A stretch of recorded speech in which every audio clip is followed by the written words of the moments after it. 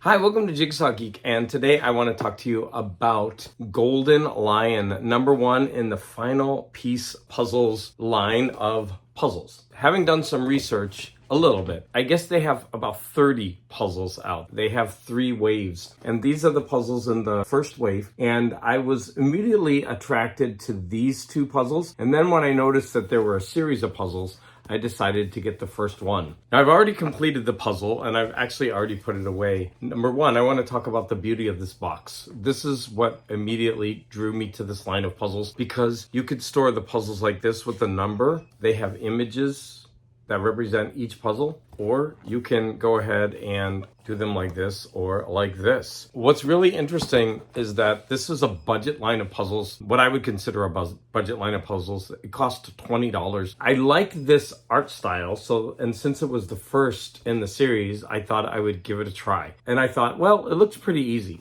And it looked really easy until I opened up the box and I saw all of the puzzle pieces, just a few colors. And I thought to myself, uh-oh, what have you gotten yourself into? Now, I've already separated the puzzle into edges and the rest of the puzzle.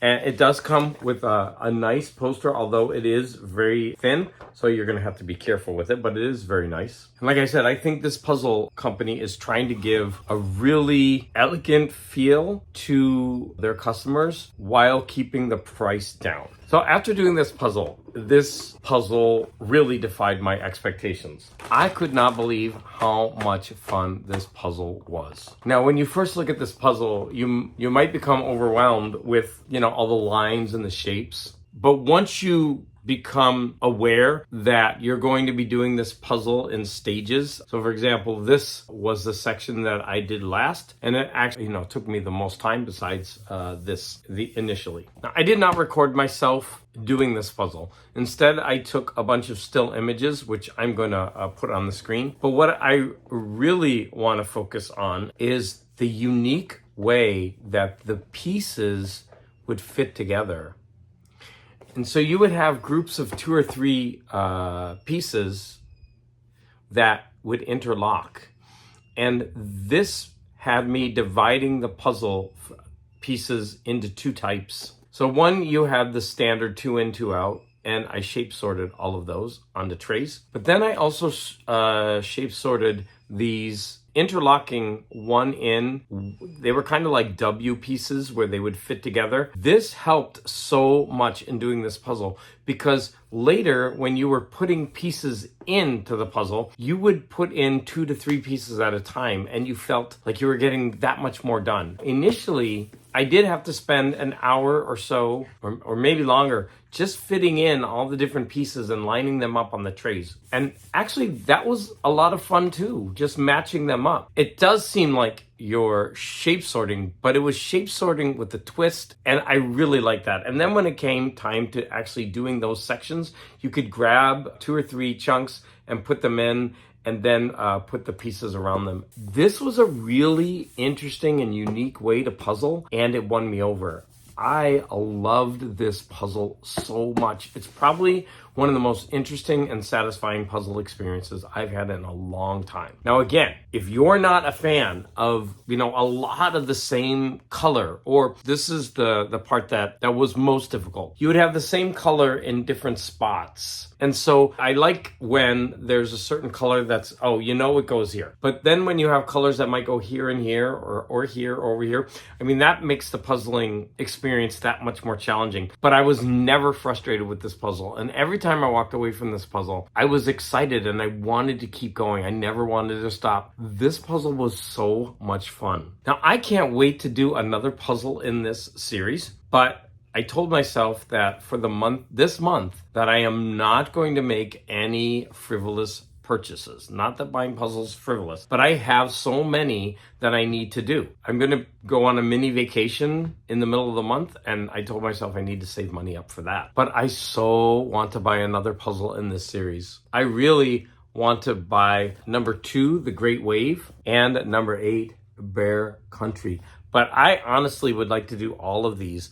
This is the one I'm looking forward to doing the least, but I would still do it. I will say that there was a lot of puzzle dust, and I know that does bother some people. This was so worth the money. So worth the money. Just because of the box, everything about the box is what I want in a puzzle box, and then the experience of doing this puzzle. I was floored at how much fun I had. Now, what book did I listen to when I was puzzling? So I listened to Home by Bill Bryson, and this is a nonfiction novel that walks you through the history of a house and everything in it and related to it. Whereas I didn't enjoy it as much as his Summer 1927, this book was still really interesting and fascinating, and there are some parts that just draw you in, like the history behind so many of the common objects in a home really is fascinating. I also noticed that many of my videos are so short. Like, I don't understand that, because on my other channel, I have trouble keeping my videos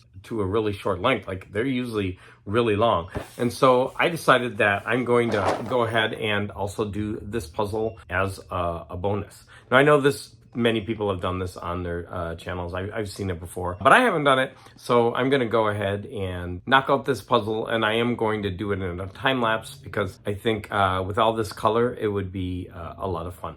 Welcome to an awkward voiceover. Now, when I opened up this box, I decided, you know what, let me just plug and play on this one. And as you can see, I didn't lay out the pieces like I normally do. And for some reason, those really concentrated ripples in the middle drew my attention. And then, of course, the points of the pencils. And that led me to working up into the, gosh, I hate to say this, the shaft of each pencil. And then I did the ripples, the extended ripples below. But I did this without looking at the boxes. I didn't realize that rippling at the bottom was over half the puzzle.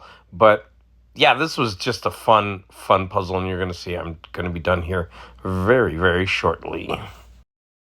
Wow, was that a fun puzzle. So easy, just the colors, yeah, gradient puzzle, so cool. In fact, it also took me into unexpected places. So for this puzzle, I decided to not do my normal procedure. I just took pieces out of the box. It's pick and place. I did not look at the box at all.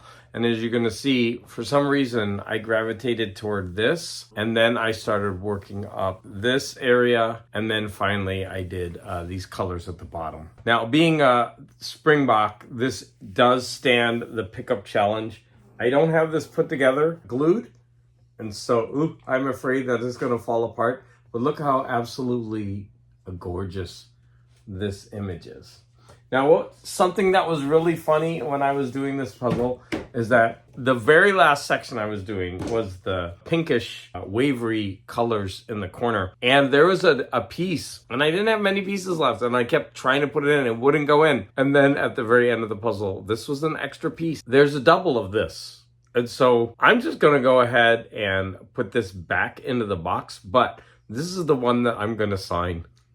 So in the future, maybe someone will end up throwing away the piece that I signed. I don't know, but I just thought that was really funny. What did I listen to as I was doing this puzzle? I was listening to House of Day, House of Night by the Nobel Prize winning author Olga Tokarczuk. Now this, I'm only 70% in, but I absolutely love this book. It's really nice. So it's about a woman in Poland with her maid, they grow a close bond, but the woman is a writer, and she's gathering up myth and lore of the area. As we go through the narrative, we just jump into all of these stories, and it's called a constellation novel, which is new to me. But I'm thoroughly enjoying the historical aspect of this novel woven into the narrative with the characters. It's a great book. So recently I got a whole bunch of Springboks, and so I'm going to start doing them,